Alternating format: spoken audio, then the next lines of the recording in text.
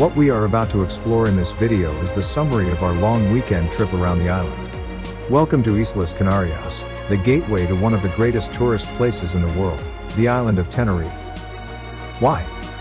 Here you have a mild climate all year in winter, average temperatures are around 20 degrees centigrade. And you can visit unique landscapes. Also, you'll discover a little known heritage, like World Heritage City, San Cristóbal de La Laguna. And of course, for having the best beaches in Spain. Anyway, it wasn't the beaches that brought us to Tenerife this time.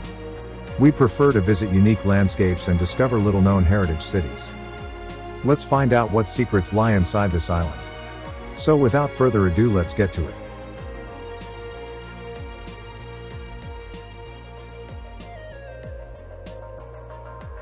Our short trip to Tenerife had two main focuses: to appreciate the diversity of the landscape that the island offers, and to get to know the most characteristic cities of the so-called colonial Tenerife, some recognized as World Heritage Site.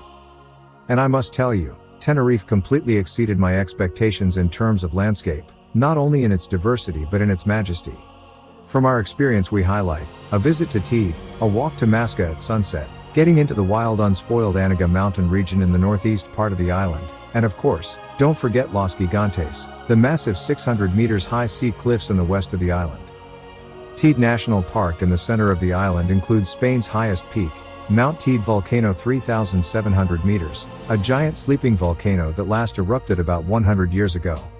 Walking trails around the volcano traverse through shades of orange and red rock, including Roque Cinchado, a rock formation that's pierced its way through the ground and become emblematic of Tenerife. Every visitor is thrilled by the surreal moonscape of twisted rock, black lava flows, and towering cliffs. The whole region is now protected as a national park. In good weather, visitors can take a cable car ride to an area just below El Teide's shapely summit.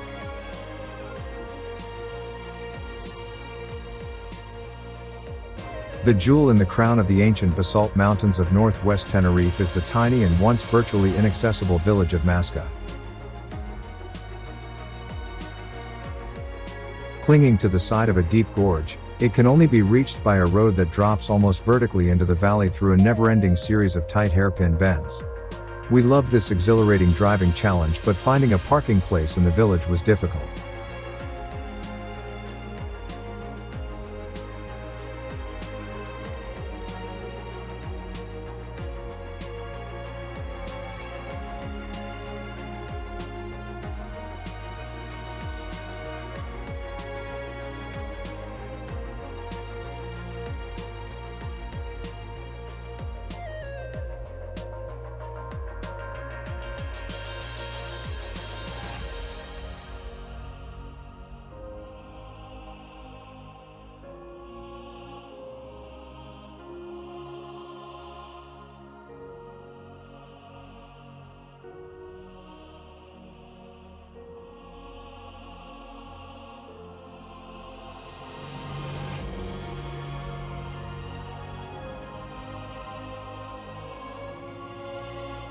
The wild unspoiled Anaga Mountain region in the far northeast is a hiker's paradise and has many way-marked trails.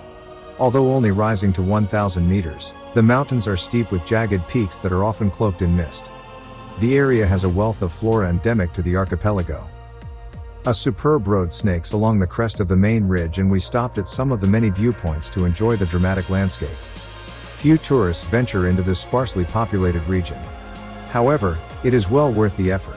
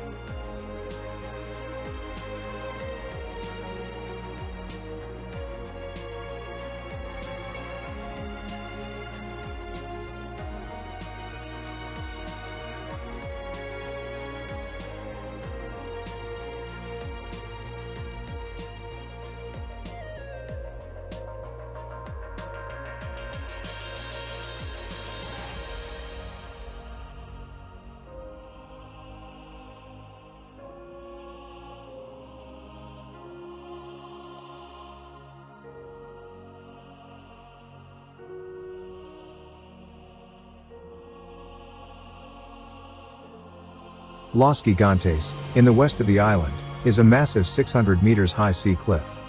There is excellent road access into the mountains, allowing the adventurous tourist to explore the wonderful scenery, culture, and towns of this fascinating island.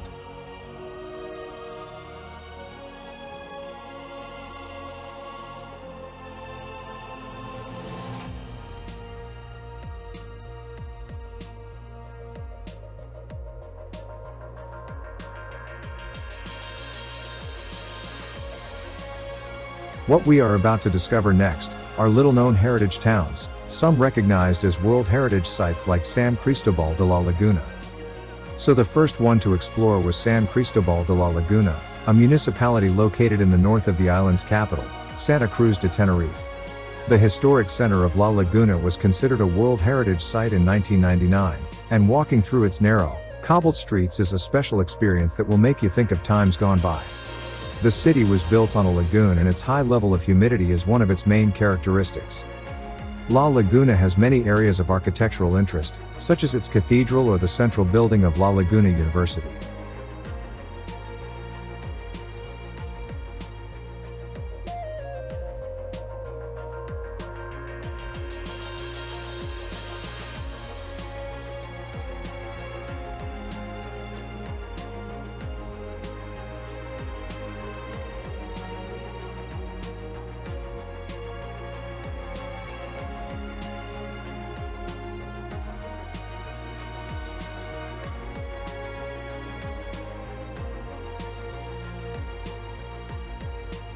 La Orotava is a beautifully preserved colonial town set on a fertile sloping plateau in the north of the island.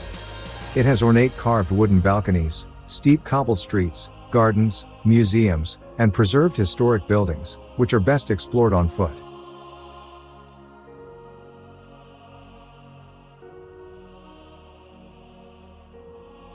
Enormous carpets of flowers and colored sand are created in the squares and streets of the town center. They are astonishing works of religious art, different every year, only to be destroyed when the solemn Corpus Christi processions walk over them. We'll have to come back here to see this.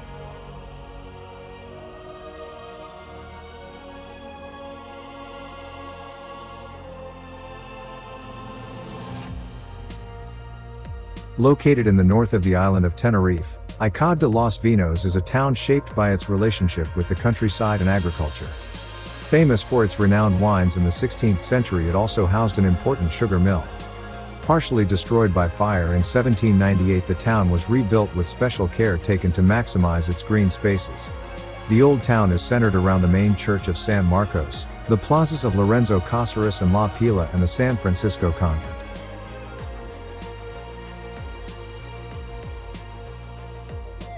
A stroll through Icod de los Vinos is not complete without a visit to the famous 1,000-year-old dragon tree.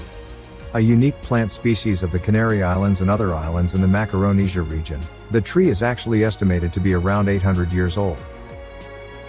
Before finishing, we show brief images of our passage through Playa de las Teresitas and Santa Cruz de Tenerife on the way back to Los Cristianos, where we stayed. Las Teresitas Beach is one of the most popular beaches for both locals and tourists and is located in Santa Cruz. A curious fact is that this beach was made with sand imported from the Sahara Desert. Santa Cruz de Tenerife, the capital of Tenerife, is located northeast of the island. Among its parks and avenues are hidden sculptures by artists of the stature of Henry Moore. One of the most outstanding symbols of Santa Cruz de Tenerife is the incredible coastal building in the shape of intertwined blades, the Adam Martin Auditorium.